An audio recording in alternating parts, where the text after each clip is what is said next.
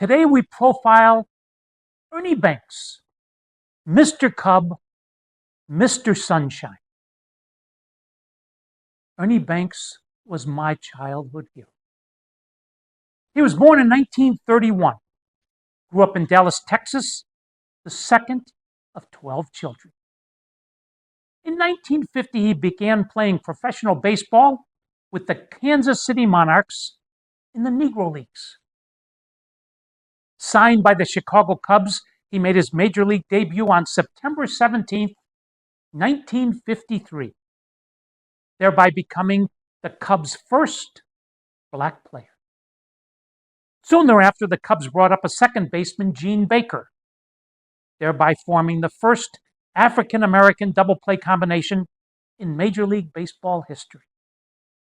He played shortstop and first base for 19 years, 1953 to 1971, for the Cubs, while hitting 512 home runs. He won the National League MVP crown in 1958 and in 1959. Both years, the Cubs finished in last place in the National League. That is hard to do.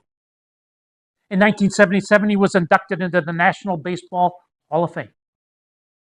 In 1967, he was the first African American to own a Ford dealership in America.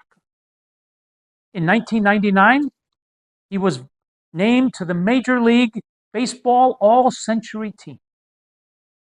And in 2013, he received the Presidential Medal of Freedom from President Obama. Some quotes. It's a beautiful day for a ball game. Let's play two. He said that every day, whether it was snowing, raining, cloudy, sunny. It's a beautiful day for a ball game. Let's play two. Each season, he had a new motto. The Cubs are due in 62.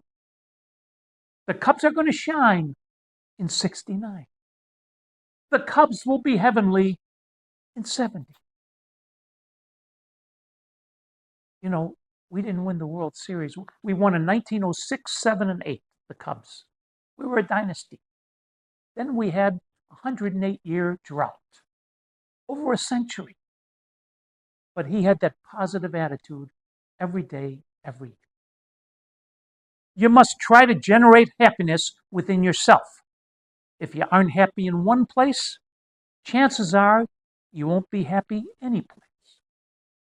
My whole life, I just wanted to make people better. And that's what he did. My long-range mission is to be the first athlete to win the Nobel Peace Prize. A few stories. Whenever Ernie Banks would come to Detroit, he would stay with me. It was an honor to host him. The Ryder Cup was held at Oakland Hills Country Club from September 17th through the 19th, 2004. You may recall that Friday, the first day, 8 matches. Europe won 7, and we tied 1. At the end of the first day, Europe was ahead 7.5 points. America had 1/2 point. They killed us. And the deal was that at the end of the day, I would meet Ernie Banks at the corner of Maple and Telegraph, a little strip mall. And here comes a PGA cart. Here comes Ernie Banks. There were a lot of cabs right there. And they recognized this 80-year-old man. And we get in the car. It was a beautiful, total sunny day. And I had the skylight open in the car. And he gets in.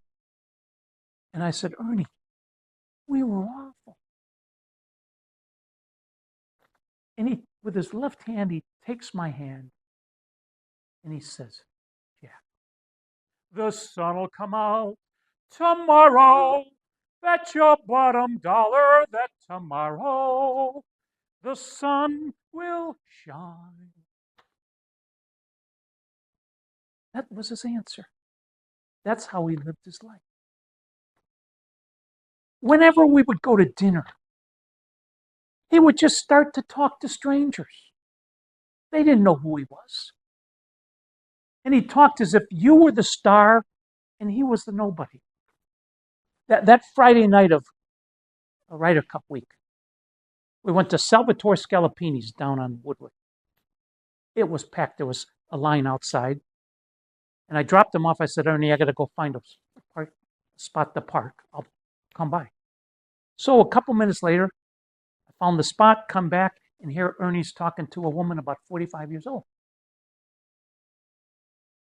And here comes her husband, who also was late parked. And the husband looks at this guy and says, are you who I think you are? And Ernie Banks says, well, who do you think I am? He said, are you Mr. Cobb?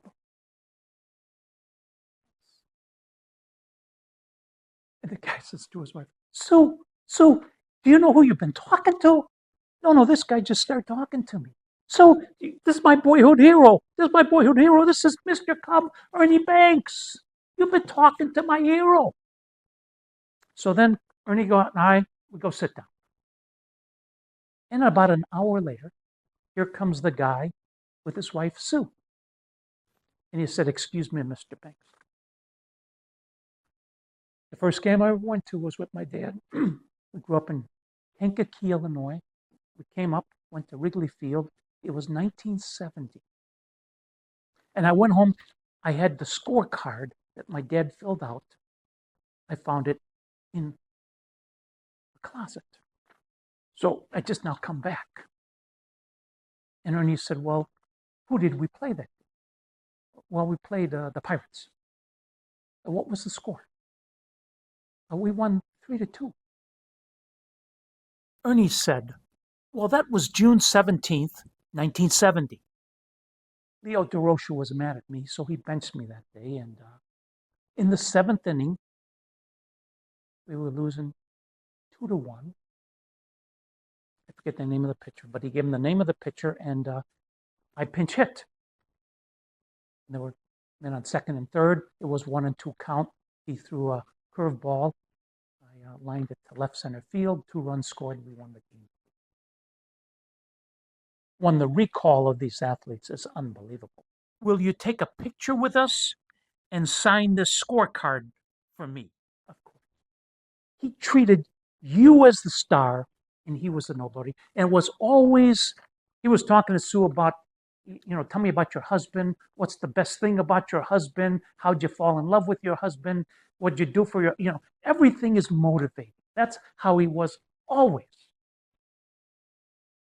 His childlike enthusiasm, his relentless spirit of optimism changed everybody's outlook when they were in his presence. You could be having the worst day, but when you were around Ernie Banks, it just changed. He was an incredible ambassador for baseball, for the city of Chicago, and he was a symbol of the Cubs fans' undiminishing resilience.